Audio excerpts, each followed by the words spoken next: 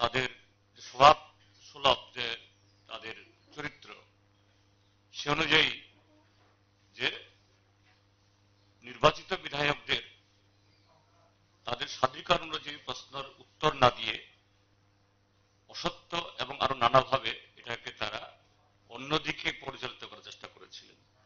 আমরা এই 1.5 মাস সময়তে গত ডিসেম্বর 22-23 তারিখ থেকে গতকাল দেখেছি যে এটা এই ব্যাপ্তি আরো বাড়ছে, যে কারণে এটাকে আড়াল করার জন্য সারা দেশে যেমন বিজেপি দল নরেন্দ্র মোদীর নেতৃত্বে ধর্ম এবং আরো নানা এরকম অসত্য প্রচারকে ব্যবহার করে মানুষের দৃষ্টিকে অন্যদিকে ধাবিত করার চেষ্টা করছে, আমাদের রাজ্যেও আমরা দেখেছি যে এই গত 1.5 মাস সময়, বিশেষ করে গত 22শে জানুয়ারি রাম মন্দিরের উদ্বোধনকে কেন্দ্র করে যেন এমন ভাবে দেশে আর কোনো অভাব নেই, কোনো সমস্যা নেই, বেকারত্ব নেই, ক্ষুধা নেই, দ্রব্যমূল্য বৃদ্ধির সমস্যা নেই, একটাই শুধু কর্মসূচি, হ্যাঁ, রাম মন্দির যারা হিন্দু ধর্মাবলম্বী বা অন্যরাও, রামকে শুধু হিন্দু ধর্মাবলম্বীরাই শ্রদ্ধা করেন তা নন, অন্যরাও করেন, তারা করবেন। কিন্তু এই ক্ষেত্রেতে সরকারের কাজ, রাষ্ট্রের কাজ শুধু এই একটা কর্মসূচির মধ্যে এটা মানে সন্নিহিত হতে পারে না। আমাদের রাজ্যেও তাই, প্রায় গোটা প্রশাসন যন্ত্রকে ব্যবহার করে সেখানে এই উন্মাদনা তৈরি করার চেষ্টা করেছে। কিন্তু আমরা দেখেছি মানুষের তরফ থেকে মানুষ সেরকম ভাবে সাড়া দেননি, মানুষ বুঝতে পেরেছে এগুলো তাদের ব্যর্থতা ঢাকার কৌশল। এবং অন্যভাবে আগামী লোকসভা নির্বাচনের বৈতরণী পার হওয়া, তাদের যে জনবিচ্ছিন্নতা, এই ক্ষেত্রেতে কোনো সুযোগ তৈরি করতে পারি কিনা তার চেষ্টা মাত্র। দ্বিতীয় আমরা যেটা লক্ষ্য করেছি আমাদের এই মিটিংয়ে যেটা উঠে এসছে, সেটা হলো যে সরকারি বিভিন্ন দপ্তর, বিশেষ করে যে সমস্ত দপ্তরগুলো যে মানুষকে, জনগণকে পরিষেবা প্রদান করবে, স্বাস্থ্য, বিদ্যুৎ, সেচ, পানীয় জল, তার সাথে জনজীবনের সাথে জরুরি শিক্ষা, আইন শৃঙ্খলা ইত্যাদি, এটা এই ব্যর্থতা এটা আরো তার সম্প্রসারিত হচ্ছে। এবং দেখা যাচ্ছে যে সরকারের এই সমস্ত দপ্তরের মধ্যে যেন একটা অদৃশ্য প্রতিযোগিতা অনিয়মের, দুর্নীতির, এবং সেখান থেকে সরকারের উঁচুতলা থেকে নিচুতলা অবধি কিভাবে কামাই করবে।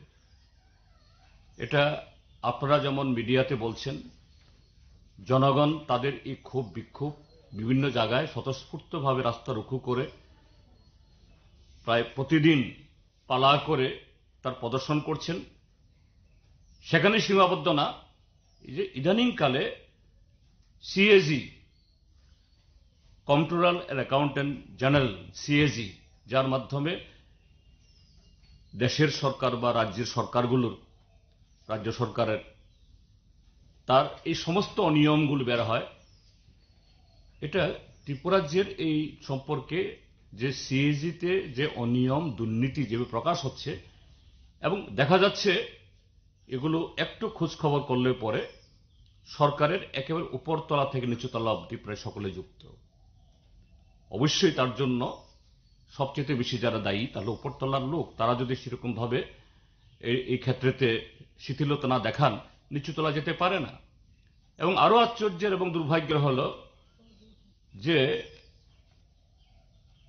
রাজ্যের মুখ্যমন্ত্রী থেকে শুরু করে মন্ত্রিসভার সদস্যরা, তাদের দলের সভাপতি থেকে শুরু করে হুমরা চুমরারা প্রায় প্রতিদিন বিভিন্ন জায়গাতে বক্তৃতা করেন ত্রিপুরাজ্যের যে বাস্তব ইতিহাসের সাথে বা বর্তমানের সাথে সম্পর্কহীন এরকম। কিন্তু কোথাও ঠিক আছে, এগুলো তারা করবেনই, কিন্তু কোথাও কোনোদিন এই যে সিএজিতে এই যে অনিয়মের কথাগুলি লিখলো, হ্যাঁ এগুলো নির্দিষ্ট নিয়মে এইসব জায়গাতে তারা তাদের ব্যাখ্যা দেওয়ার চেষ্টা করবেন, তারা পাবলিক অ্যাকাউন্টস কমিটিতে, বিধানসভাতে, কিন্তু এভাবে জনসমক্ষে চলে আসছে পাবলিক ডোমেইনে, সরকার তো জবাব দেবেন, কোনো জবাব নেই। অর্থনীতির হাল একেবারে বেহাল। আপনাদের পত্রপত্রিকাতে খুব সুন্দরভাবে বলে এসছে যে ত্রিপুরা যেন ঋণের উপর ভাসছে, যে বিগত দিনগুলোতে 2018 সাল অবধি অতীতের বামপন্থী ফ্রন্ট সরকার বা অন্য সরকার গত এই 35, 40, 50 বছরে যত টাকা ঋণ গ্রহণ করেছেন তার প্রায় দ্বিগুণ এই অল্প কদিন তারা নিয়েছে। অর্থাৎ এটা শুধু বর্তমান সময়ের জন্য যে সংকট না, আগামী দিনের জন্য একটা বৃহত্তর সংকটের একটা যে পরিস্থিতি এই সরকারের হাত ধরে এই কদিনের মধ্যেই এগুলো দেখা যাচ্ছে। তো স্বাভাবিক অর্থনীতির যখন এই অবস্থা, তখন এই সরকারি চাকুরি, তারপরে রেগাতে কাজ, টুয়েপে কাজ, এগুলো তো এখন অপ্রতুল। যা পুজোর আগে বা অন্য সময়তে কিছু কিছু হয়েছে ছিটে ফোটা, তার মজুরি দিতে পারছে না, যদিও এ সম্পর্কে নানা ধরনের বিভ্রান্তিকর তথ্য মন্ত্রী দেওয়ার চেষ্টা করেন, কিন্তু বাস্তব সম্পূর্ণ ভিন্ন। যার ফলে এই কদিন আগেও ব্লকে তালা দিচ্ছে, যারা রেগার যারা কাজ করে মজুরি পান না তারা রাস্তা রুকু হচ্ছে, আইসিডিএস এর কর্মীরা বেতন পাচ্ছেন না, স্কিম ওয়ার্কাররা বেতন পাচ্ছেন না, এমনকি যারা ভাতা পান, বৃদ্ধ ভাতা, এদের ভাতাও 3 মাস 4 মাস করে বিভিন্ন ব্লকে এই অমিল। আর এই জায়গায় সবচেয়ে করুণ অবস্থা হলো এডিসি। একদিক থেকে রাজ্য সরকারের এই বিমাতৃসুলভ বা এডিসির প্রতি তাদের যে ন্যাক নজর, আরেক দিক থেকে হলো এডিসি যারা পরিচালনা করেন এখন ত্রিপুরা মথা, তারা ব্যস্ত ভোগ বিলাসে, তারা ব্যস্ত শাসক দলের সাথে দহরম মহরম করে গলা মিলিয়ে কিভাবে আরো সুযোগ সুবিধা তৈরি করা যায় কিনা, কিছু চটকদারি স্লোগান টোগান দিয়ে। কাজে এডিসির অবস্থা আরো খারাপ। এই অবস্থায় এ রাজ্যের আইন শৃঙ্খলা আগেও খারাপ ছিল, এর অবস্থা আরো চরমে এখন। যে এই যখন অভাব হয়, অনটন হয়, কাজকর্ম নেই, এগুলো যুব সম্প্রদায়ের মানে তার জীবন চরিত্রের মধ্যে তার প্রতিফলন ঘটে। ড্রাগ এবং তার সাথে এখন পাল্লা দিয়ে বাড়ছে বর্ডারের পাচার বাণিজ্য। ত্রিপুরার যে সমস্ত এলাকা খুব মানে বর্ডারের পাশাপাশি অর্থাৎ জনপদ, যেমন এই সোনামুড়া, ওদিকে বিলোনিয়া, সাবরুম, সেখানে একটু কেউ যদি দেখেন, একটু কান পেতে শুনেন, দিন দুপুরে যে বাজারের দোকান থেকে ট্রাকে করে টনকে টন চিনি বাংলাদেশে পাচার হয়ে যাচ্ছে, পেঁয়াজের সাথে। তো এই জায়গায় প্রশাসন যখন নির্লিপ্ত, এই প্রশাসন শুধু রাজ্য পুলিশ বা রাজ্যের এই সিভিল অ্যাডমিনিস্ট্রেশন না, দুর্ভাগ্যের সাথে বলতে হচ্ছে কোন কোন জায়গাতে border security force, central force একটা নেক্সাস তৈরি হয়ে যাচ্ছে। এইভাবে ত্রিপুরার আইন শৃঙ্খলা, অর্থনীতি, সামাজিক সমস্ত ক্ষেত্রেতে একটা করুণ অবস্থা তৈরি হয়েছে।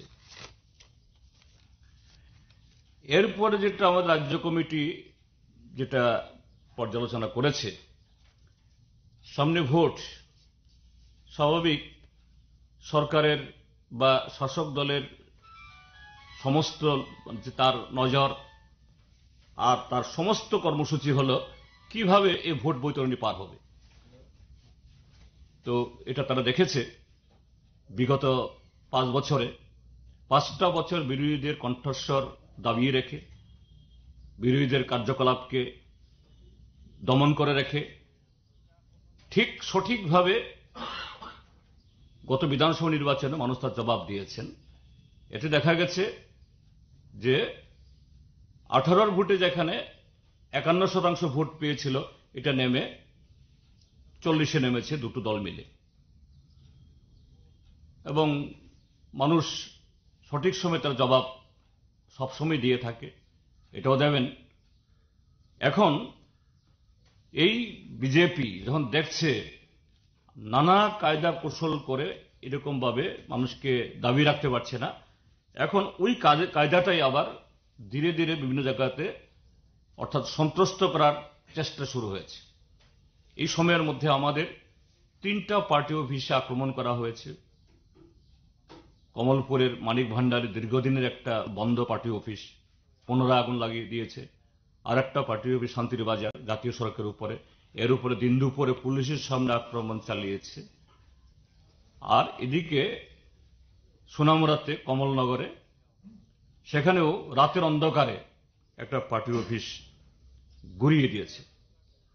উদ্দেশ্য হলো যে সামনে নির্বাচন, এই ক্ষেত্রেতে এইভাবে ভীত সন্ত্রস্ত করে মানুষকে ঘরে ঢুকিয়ে রাখা যায় কিনা। সম্পূর্ণভাবে এটা বিক্ষিপ্তভাবে এই ঘটনাগুলি ঘটছে না। ভারতীয় জনতা পার্টি তার রাজ্য স্তর থেকেই বা কেন্দ্র স্তর থেকেই পরিকল্পনা করে এই ষড়যন্ত্র সেখানে করছে। আমাদের পার্টি রাজ্য কমিটি শুধু এই বিষয়গুলো না, তার সাথে যে আজকে যে টিআইএসএফ ত্রিপুরা মথার যে ছাত্র সংগঠন, তাদের যে বন্ধ, এ সম্পর্কে আমরা আগেই প্রতিক্রিয়া জানিয়েছি আমরা, এবং আজকে যে বন্ধ হচ্ছে এ সম্পর্কে আমাদের আলোচনা হয়েছে। আমাদের পরিষ্কার বক্তব্য যে এই জাতীয় একটা কেউস, এই জাতীয় একটা অচলাবস্থা, এইভাবে রেল এবং রাস্তা রুকু ইত্যাদি কোনো একটা সংগঠন দিয়ে করিয়ে বা তাদেরকে এই করার প্ররোচনা দিয়ে যে অবস্থা তৈরি করা হয়েছে, এর জন্য সম্পূর্ণ দায়ী বিজেপি আইপিএফটি জোট সরকার।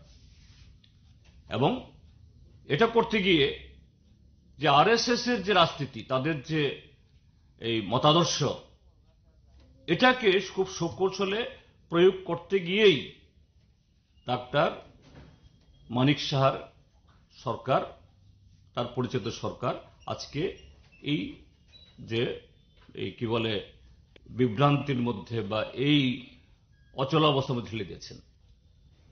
এটা নিয়ে অনেক আলোচনা হয়েছে যে ককবরক একটা ল্যাঙ্গুয়েজ সাবজেক্ট হিসাবে গত 17 বছর ধরে ত্রিপুরা যে বোর্ডে পরীক্ষা হয়ে আসছে, 1.5 দশকের বেশি সময় ধরে কোনো সমস্যা হয়নি কখনো। বামপন্থী ফ্রন্ট সরকারের তার অক্লান্ত চেষ্টায়, আন্তরিক প্রচেষ্টায় ককবরক আজকে বিকশিত স্নাতকোত্তর স্তর অবধি। সেখানে বাংলা এবং রোমান উভয় স্ক্রিপ্টেই স্নাতকোত্তর স্তর অবধি মানুষ তার চয়েস অনুযায়ী লিখতে পারেন। এবং বিজেপি সরকার আসার পরও 18 থেকে 19, 20, 21, 22 অবধি হয়েছে, কোনো অসুবিধা হয়নি। কিন্তু গত বছর থেকেই তাদের এই সমস্যা তারা তৈরি করতে শুরু করলো। কেন রোমানে লেখা যাবে না? কেন? ইউনিভার্সিটি গ্র্যান্ড কমিশন তার দ্বারা নিয়ন্ত্রিত ত্রিপুরা সেন্ট্রাল ইউনিভার্সিটি, সেই সেন্ট্রাল ইউনিভার্সিটির যদি তার এই পঠন পাঠন উত্তরপত্র লেখা যদি রোমানে হয়, তো ত্রিপুরা বোর্ডের অসুবিধাটা কি? আর একই ত্রিপুরা বোর্ড, তার অধীনে লুসাই সাবজেক্ট মিজোদের, এরা রোমানি লেখে প্রথম থেকে এখন অবধি। তাহলে একটা অজুহাত তৈরি করে যে না সিবিএসই আপত্তি করেছে বা এরকম মাঝে মধ্যে আমরা দেখি মুখ্যমন্ত্রী বা কোনো কোনো মন্ত্রী এসব বলার চেষ্টা করেন, এটা সম্পূর্ণ অবাস্তব। উদ্দেশ্য হলো প্রথম যে আরএসএস বিজেপির যে রাজনৈতিক লক্ষ্যটা কি, হিন্দু, হিন্দি, হিন্দুস্তান।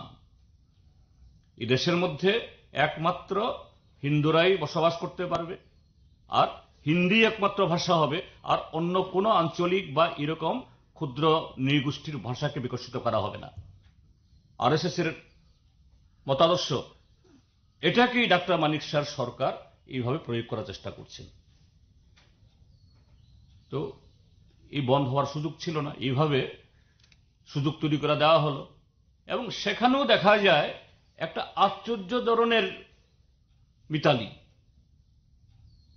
সাধারণত এরকম যখন বন্ধ হয় কোন দল করে, সরকারের তরফ থেকে একটা নিয়ম মাফিক স্টেটমেন্ট বের হয়, শাসক দলের তরফ থেকে এটা যদি তাদের রাজনৈতিক কর্মসূচির বিরোধী হয় বক্তব্য রাখে। কিন্তু আমরা এবং আপনারা মিডিয়াও, আপনাদের কোনো কাগজে কোনো চ্যানেলে আমরা দেখিনি যে ভারতীয় জনতা পার্টির তরফ থেকে কোনো বক্তব্য বলা হয়েছে। ওই জনজাতি সুরক্ষা মন্ত্রকে দিয়ে কিছু বলানো হয়েছে, আর একটা বিভাজনের এই তৈরি করেছে। এবং তাদেরকে দিয়ে কদিন আগে গত 25শে ডিসেম্বর ট্রাইবেলের মধ্যে বিভেদ লাগানো যায় একটা মিছিল ডেকেছিল, প্রতিবাদ হওয়ার পর সংগঠিতভাবে পরদিন করিয়েছে, কিন্তু বিজেপি কিছু বলেনি। এবং আরো আশ্চর্যের হলো, দেখা গেছে আজকে প্রায় যেন তোমরা রাস্তায় নামো, আমরা দাঁড়িয়ে দাঁড়িয়ে দেখব। অর্থাৎ এইভাবে বিজেপির রাজনৈতিক উদ্দেশ্য চরিতার্থ করতে গিয়ে ত্রিপুরা রাজ্যের মানুষকে একটা হয়রানির দিকে ঠেলে দেওয়া, একটা খুবই রহস্যজনক একটা রাজনৈতিক খেলা এখানে খেলার চেষ্টা করছে। সে যাই হোক, আমরা রাজ্য সরকারকে বলবো যে উদ্দেশ্যে বা যে কারণে এই বনটা হয়েছে সেটা হলো বাংলা এবং রোমান উভয় স্ক্রিপ্টেই যাতে ত্রিপুরা মধ্যশিক্ষা পর্ষদের পরীক্ষায় লিখতে পারে এই ব্যবস্থা সরকার করুক। এটা না করা হলে পরে অযথা এই ত্রিপুরা রাজ্যের মানুষকে এরকম একটা অসুবিধার দিকে ঠেলে দেওয়া হবে এবং এতে বিভেদের একটা বীজ তৈরি করার চেষ্টা খুব সূক্ষ্মভাবে যে হচ্ছে এটা আমরা লক্ষ্য করছি। তৃতীয় যেটা, সেটা হলো আসন্ন লোকসভা নির্বাচনের প্রস্তুতি। আমাদের পার্টি আমরা দ্ব্যর্থহীনভাবে আমরা সিদ্ধান্ত নিয়েছি ভারতীয় জনতা পার্টিকে পরাজিত করার জন্য দুটি আসনেই, সেখানে সমস্ত ধর্মনিরপেক্ষ, গণতান্ত্রিক এবং বিজেপির স্বৈরাচারী সাম্প্রদায়িক রাজনৈতিক নীতি বিরোধী সমস্ত শক্তিকে ঐক্যবদ্ধ করে কিভাবে এখানে দুটি আসনই সেখানে আমরা জিততে পারি, তার জন্য আমাদের প্রস্তুতি আগে থেকে শুরু হয়েছিল। আমরা পর্যালোচনা করেছি এবং আজকে সিদ্ধান্ত হয়েছে আগামী 29শে ফেব্রুয়ারি অর্থাৎ এই মাসের মধ্যেই বুথ পর্যন্ত আমাদের নির্বাচনী সংগঠন রাস্তায় নেমে তার সমস্ত যাবতীয় প্রস্তুতি আমরা শুরু করব। বিজেপিকে আমরা কোনো সুযোগ দেব না এ রাজ্যের মানুষকে বিভ্রান্ত করে বিভেদের খেলা খেলে বা অন্য কোনো কৌশলে এই ত্রিপুরার দুটা আসন তারা আবার দখল করে, এই সুযোগ আমরা দেব না। এবং এর জন্য সমস্ত প্রিপারেশন আমরা সে জায়গায় আমরা করছি। চতুর্থ যে বিষয়টা আমরা আলোচনা করি সেটা হলো যে আপনারা দেখেছেন সংযুক্ত কিষাণ মোর্চা এবং আমাদের দেশের কেন্দ্রীয় ট্রেড ইউনিয়ন সমূহ তারা আগামী 16 তারিখ সারা দেশেই শিল্প ধর্মঘট, পরিবহন ধর্মঘট আর গ্রাম বন্ধ। বিজেপি সরকার গত 10 বছর নরেন্দ্র মোদীর নেতৃত্বে কৃষকদের আয় দ্বিগুণ, দেশের অর্থনীতি 5 নম্বরে 4 নম্বরে চলে এসছে, এই সমস্ত বাগাড়ম্বর এবং অমৃতকাল, বিকশিত ভারত এসবের নামে ধোঁকা দিয়ে আবার